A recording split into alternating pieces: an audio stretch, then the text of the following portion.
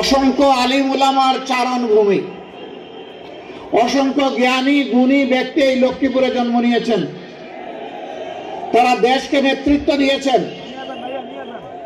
কিন্তু বাংলাদেশের স্বাধীনতার পর একটি গোষ্ঠী আমাদের প্রিয় লক্ষ্মীপুরকে সন্ত্রাসের জনপদে পরিণত করেছিল। বিশেষ করে একটি কুখ্যাত পরিবার, আপনারা সবাই তাদেরকে চিনেন, জানেন, আমার চাইতে বেশি চিনেন। এই সন্ত্রাসীরা আমার ভাই ডাক্তার ফয়েজ আহমদ, যাকে বলা হতো মানবিক চিকিৎসক, তাকে সহ অসংখ্য দেশপ্রেমিক মানুষকে তারা খুন করেছে।